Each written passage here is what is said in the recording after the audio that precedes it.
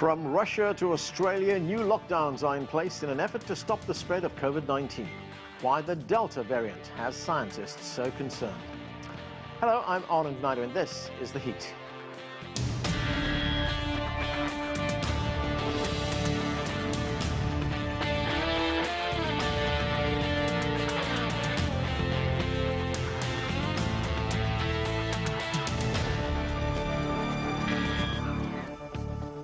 The World Health Organization says the Delta variant is highly contagious and poses a global threat.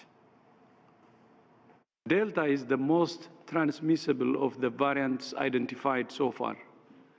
Has been identified in at least 85 countries and is spreading rapidly among unvaccinated populations. Restaurants, cafes and bars are closed in Sydney, just one of 4 Australian cities now under a 2-week lockdown. To date, just 4% of Australia's population has been vaccinated after a slow vaccine rollout. The government on Monday announced mandatory vaccinations for those working in facilities for the elderly and quarantine hotels. Europe is bracing for a surge in the Delta variant. Germany says its cases have already doubled in the last week. The government is banning travel to and from Portugal and Russia.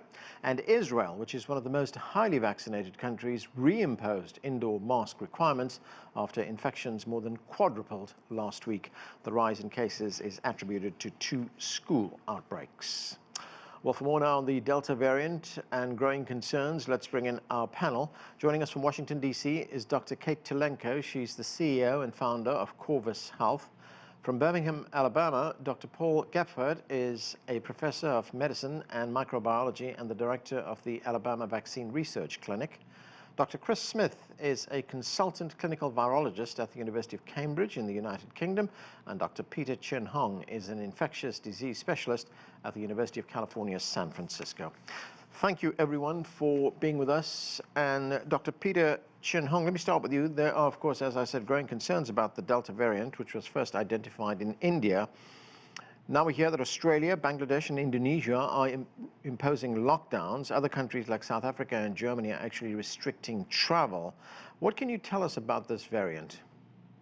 Well, Anand, there are 3 potential superpowers in this variant that makes it very different from the standard COVID that we've grown to know so well. The first superpower is, of course, increased transmissibility. It's stickier and it's 50% more transmissible than the rule of the roost until Delta, which was Alpha B.1.1.7, first described in the UK.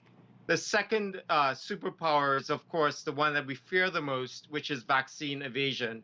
You need really 2 doses of vaccines in a 2-dose series to have full benefit of protection.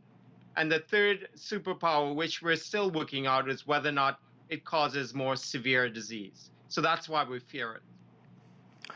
Chris Smith, European scientists say the Delta variant is 40 to 60% more contagious than the Alpha variant, which was first found in the United Kingdom. What does that mean for Europe and countries that have just lifted restrictions? You're right, and if we look at the epidemiology, because no one's finished doing the biology on the virus yet, so we're looking at the statistics, you can see this thing must be more transmissible because when it goes into a country, let's take the UK for example, you see it start off with just a handful of cases and quite quickly it eclipses all of the cases. So here, after just a matter of months, we've gone from it not featuring on our radar screens at all to now accounting for 99% of the new diagnoses of coronavirus, and we're getting 15 to 20,000 of those per day that we're making. So obviously, if you've got something which is growing with that trajectory, it's displaying characteristics of enhanced transmissibility. That's where that deduction comes from. Many of the models that countries have put together anticipating where they expect to be in terms of vaccination and therefore opening up and easing of lockdowns and things by a certain period of time, well, they're going to be thrown into disarray by this because obviously we're seeing far greater case load and trajectory of rising caseload, which in some cases means that countries will have to reimpose some kind of controls while they readjust their approach to vaccination. That's exactly what we did in the UK.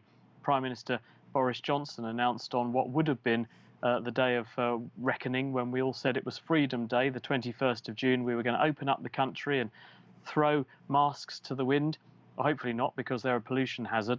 But what was going to happen is that things were going to be eased significantly from that point. That was deferred to the 19th of July because we realised we were getting far more cases than our vaccine trajectory, which was anticipated to get all adults with at least one dose of vaccine by the end of July, wasn't going to be enough to hold this thing back. And that's why we've taken the approach in the UK we have. I anticipate that other European countries will probably see similar changes to their opening up and their easing of restrictions too. And Chris, looking at the situation in the United Kingdom, what have you learned about the effectiveness of vaccines against this variant? Well, we've been very reassured, and this has really been the silver lining to this cloud. No one wants to see a variant turn up in their country, least of all a variant with enhanced transmissibility and possibly the potential to sidestep the controls imposed by vaccination. But we actually have seen, very hearteningly, a lot of robust data from our country, but also coming in now from other countries, that people who have been double vaccinated are well protected. We're seeing protection levels in the high 90s% in some cases, in the very age groups who, unvaccinated, would have shown very high levels of mortality. So what we're seeing here is an example of cases, but not casualties. And that's the reassuring thing, and actually what the objective of the vaccine initiative that embarked here in the UK about this time last year set out to do, stop people dying. Kate Tulenko, here in the United States, 46% of the total population has now been vaccinated and 54% getting just one dose. But there are regional differences in the United States. Less than 50% of adults in Alabama, Mississippi, and Louisiana have been vaccinated with at least one dose. So how could the Delta variant affect the United States, given what we just heard from Chris and from Peter, that vaccines are effective if there is a double dose? Well, the vaccine goalposts are now being moved, because before the Delta variant, people had that protection with that one shot, but now they have to get both. And it also was estimated before that you would have to only vaccinate about 70% of your population to get herd immunity and to control the virus. But now with this more transmissible variant, it's now estimated that 85 or 90% will need to be vaccinated. So it's going to make it much more difficult. And actually, if we look at a potential price tag of the Delta variant, it's going to be in the billions of dollars when you consider the number of additional hospitalizations, additional lost productivity, additional people that have to be vaccinated. And it's a really important lesson that nobody is safe until everybody is safe, because the variant came out of the very large outbreak in India, which happened because they didn't have the means to vaccinate everyone, and they didn't have the means to isolate people properly. So it's a really important lesson, and also speaks to what might come, that there might be another variant after this, and we might have to vaccinate people every year in the same way that we do for the flu. So, Kate, looking at the situation in the US right now, with only 46% of people having both doses of the vaccine, how big a risk is the variant to the country? It's a huge risk. As was pointed out, in the UK, the Delta variant went from 0 to 90 in just 2 or 3 months. And I think we'll see the same in the US, that I predict by July, August, the Delta variant will be the vast majority of cases in the US. And as you mentioned, there's a wide variation in the percent of the population vaccinated, and unfortunately it falls along political lines. So you tend to have the states on the coasts, the Democratic states are more highly vaccinated, and the states in the center of the country in the South are less vaccinated. So we might start to see an economic difference here, that people are more willing to travel, more willing to spend money and go out in the highly vaccinated states, and less willing to do so in the unvaccinated states. Paul Geffert, what is it about this particular variant that makes it more transmissible? I mean, we were told about restrictions that were imposed when the initial virus came out, which was social distancing, washing one's hands, etc. Is that now not effective any longer? Well, as it was said earlier, it's a stickier virus. I think it binds to the ACE2 receptor more avidly and makes it more transmissible. And therefore, it's just more difficult to use the usual measures to prevent transmission of this virus. And so I think it's going to be hard to use obviously, if that's all you have, that's what you need to do is use masks. I'm not sure about hand washing that much, but certainly masks. And then, as has been said over and over again, vaccines are we've got a fantastic weapon against even this virus. And if we can hopefully vaccinate, at least in this country, we have the vaccines. In other countries, we need to get the vaccines. Because as was said earlier, that we're not gonna solve this problem until all countries have a high rate of vaccines.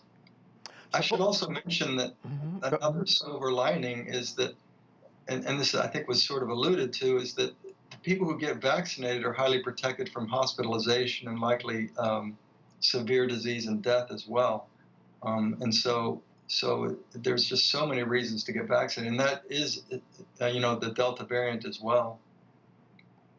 Yeah, Paul, as you say, it's a fantastic weapon, vaccines, to fight the virus. But, you are in a part of the country, in Birmingham, Alabama, which is under-vaccinated right now. Is this for political reasons? I mean, how does one convince more of the population to get the vaccine? I don't know. I don't think we've come up with the right answer. It's interesting when this first started. Alabama is the home of the Tuskegee experiments, which maybe a lot of people don't know what happened, but they started enrolling people with syphilis in the county Tuskegee, Alabama, in the 1930s when there was no treatment for syphilis, and these were African American men. And then a decade later, we had very effective treatment for syphilis, penicillin, which is still the treatment of choice. And yet they denied them therapy and kept following them until the early 1970s. And so with that, you can imagine there's a large mistrust in the African American community. I think also in the African American community, there's unequal health care, and so they're a little bit mistrustful of anything that's sort of given to them for free, which the COVID vaccine is free. But interestingly enough, because of community leaders who were African American, they've been able to engage the population, and we've had higher uptake among African American individuals in this state. Now, the biggest problem right now is the sort of the white Republican demographic in the state, and there's actually more white Republicans than there are African Americans in the state. And how to get them motivated to get vaccinated, I think it's going to be very difficult. I think the next step, hopefully, will be to have the primary care providers have the vaccine, and maybe they can trust these primary care providers a bit more. But the mass vaccination program has not worked in these individuals. Peter Chin-Hong, the World Health Organization, as we mentioned in our introduction, is now recommending that even fully vaccinated people continue to wear masks because of the variant. In fact, Los Angeles County in California has advised their residents to wear masks. I mean, shouldn't that be extended to other parts of the country? It is certainly, I think, Anand, that writing on the wall. I think we've seen what's happening in Israel, and despite having a very large proportion of citizens vaccinated there's still an uptick in cases. No, not an uptick in hospitalizations and pretty much a zero change in deaths. But nonetheless, what do you get when you have an uptick in cases is economic disruption. So I think putting on a mask indoors and possibly preventing more cases is going to have people feel more reassured, have them go out and do their regular business. And I think that's where LA is coming from. They're not saying we expect people to go and make a run on hospital beds and ICU beds, but we want business to go on as usual and not have people panic and get in a disarray because of increased cases. Chris, of course, people want their lives back. They want to get to some kind of normality. But if we look at the situation in Europe right now, Germany has banned travel to and from Portugal and Russia, and is urging EU states to ban travel from the United Kingdom. I mean, could we see Europe close its doors to tourists again? Well, since we beat them in the quarterfinals this evening, I suspect probably that will give them extra impetus to want to keep us out. I'm just being flippant, of course. At the end of the day, everyone is doing things differently, and no one knows what the right answer is, to be quite fair. And the bottom line is, the only predictable thing about coronavirus is it's predictably unpredictable. I don't know what the long-term solution to this is going to be. I don't know if this will actually really amount to nothing more than slamming the stable door well after the horse has bolted. As you announced at the top of your program, this Delta variant is in 80+ countries around the world. It's already spreading. It spreads very, very well. So stopping a few more countries moving around is not going to make a lot of difference. The reassuring thing is the statistic we cited, which is that we are seeing cases, but we are not seeing casualties. And in the NHS, we have 150,000 beds in the UK. Now, at peak in January, about 30 to 40,000 of those beds were filled with coronavirus patients. We are in a similar sort of trajectory now in terms of disease cases that we were in January, but we have 1%. 1,500 of those beds have got coronavirus people in them, and the number of people who are staying in hospital for long periods of time is very, very low. We're not seeing people passing away in anything like the numbers or anything like the proportions we were before. So I think really what we could expect to see is a regaining of confidence and people saying, well, we've got people protected with vaccines now. We're not seeing this turning into casualties. We're comfortable to tolerate a disease risk level, a caseload, which is higher than we would have done previously. And we'll treat this in the same way as we have treated the flu in the past, which is that we don't shut countries for the flu. We just try to protect the vulnerable to the greatest extent possible. Chris, I want to stay with the Euro 2020 championships, and congratulations to England on beating Germany. But good goals, weren't they? It was. They were great goals right at the end. But we did see a pretty packed Wembley Stadium during the game. I mean, is there a risk that these kinds of things could turn into super spreader events? Oh, almost certainly. And, you know, I was incredulous looking really at this sort of thing, because you think, well, they're banning people from the UK, or want to ban people from the UK going to other countries in Europe. But I wonder if Angela Merkel will therefore ban her own country people coming back from the UK who've been in the UK and therefore presumably have the same risk as the UK. I wonder if that she'll now make all the German spectators spend about 10 days at home. Interesting. Okay, Paul Gufford, the Delta variant is already dominant in the United Kingdom, and it currently accounts for 99% of new cases. However, if we look at what's going on, there is a lower number of hospitalizations and deaths. How does one explain this? Well, again, I mean, I don't know the vaccine rates in UK are very good. I think they're probably higher among elderly individuals. Yeah. What's amazing is this vaccine, which I think is probably the best vaccine that we've developed for adults, is highly effective even in older populations. And it's not only effective in preventing symptomatic COVID infection, it's even more effective in preventing hospitalizations, severe disease, and death. And so I think even if the vaccine rates are relatively low in a population as a whole, if you can get them high enough in the elderly population, you're going to really significantly impact deaths in decreasing the amount of deaths. And I think that's what's going on. I should also say that we talk about antibodies for protection all the time, which is probably very important in protection against infection. At least that's historically what is correlated with the efficacy of most vaccines. And there's a preprint with AstraZeneca showing just that protects against symptomatic infection. However, severe disease, there may be something else that protects against that, and that's T-cell responses, particularly what are called killer T-cell responses.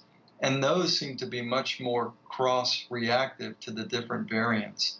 So a lot of this is conjecture on my part and other people's parts, but I think there's probably something to that.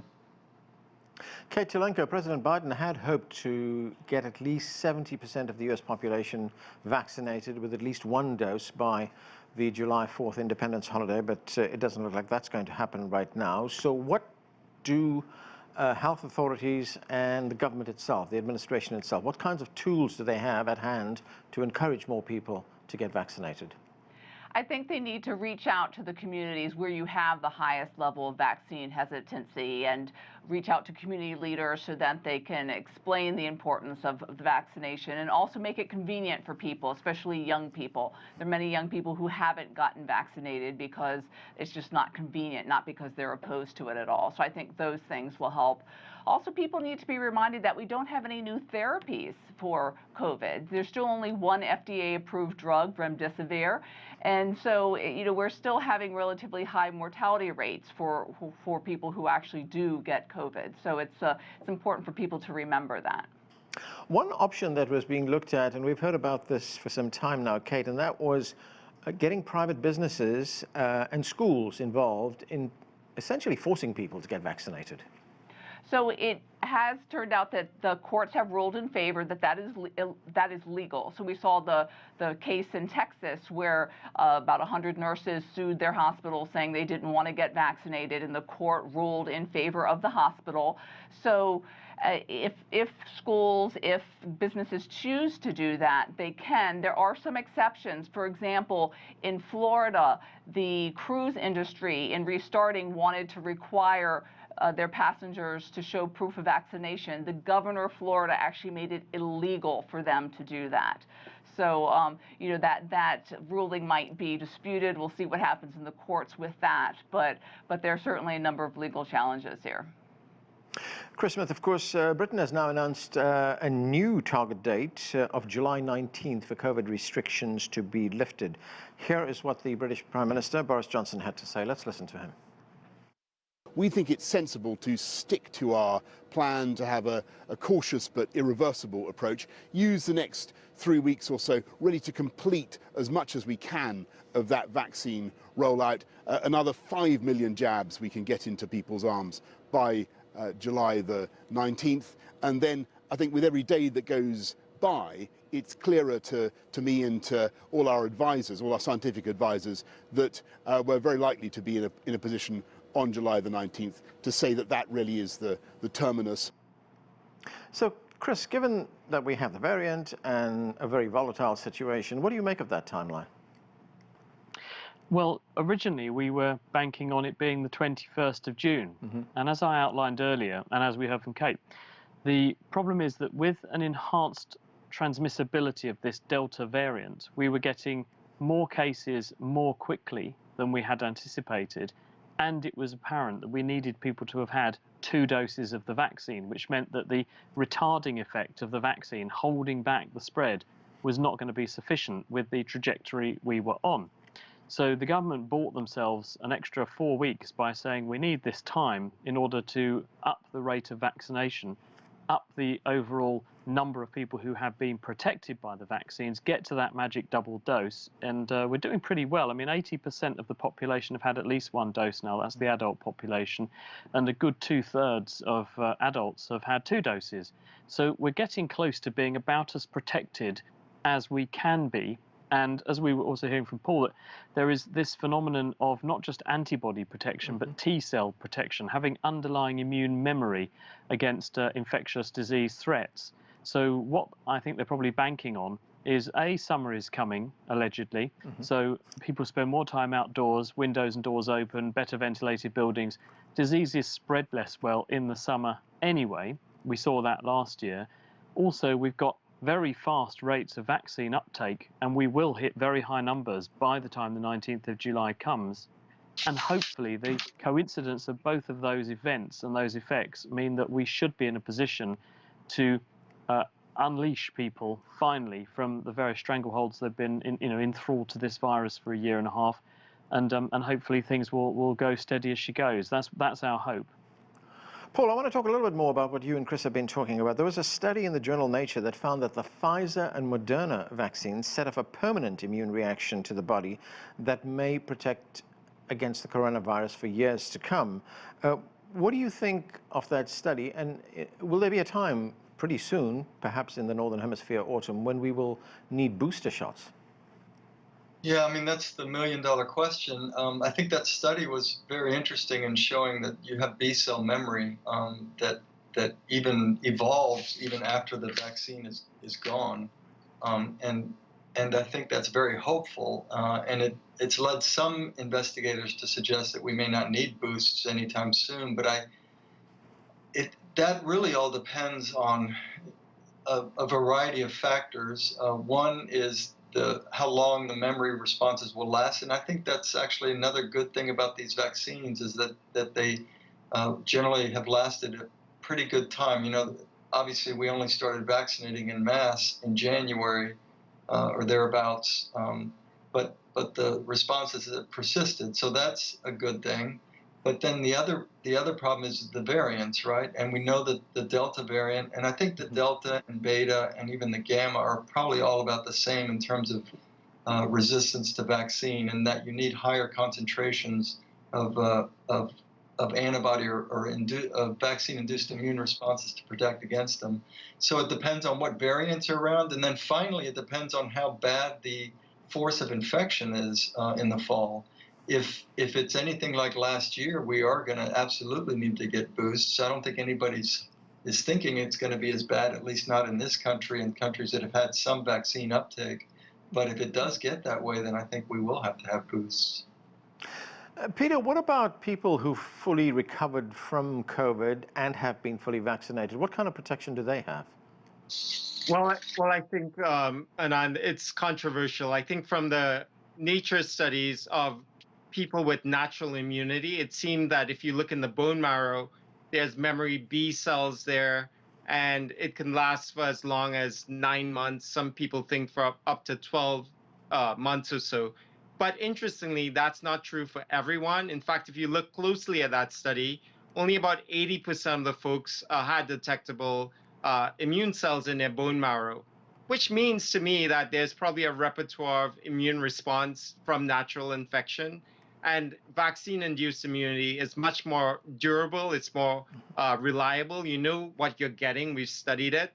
And, you know, I come back to this case in Manaus in Brazil when we first saw the emergence of that variant there, when people had natural infection, and that with the emergence of the variants in Brazil, they all got reinfected again. So I think that right now we're buoyed by the combination of natural immunity plus vaccine immunity in some communities. But if you get Delta coming in, you may take away that variable of natural immunity. Kate, very quickly, I've only got 30 seconds left. Japan will host the 2020 Summer Olympics next month. We know that numbers are rising in Japan, and only, 8% of its people have been vaccinated. Olympic officials are saying, look, we will allow spectators at these events in restricted numbers, but is that a smart idea?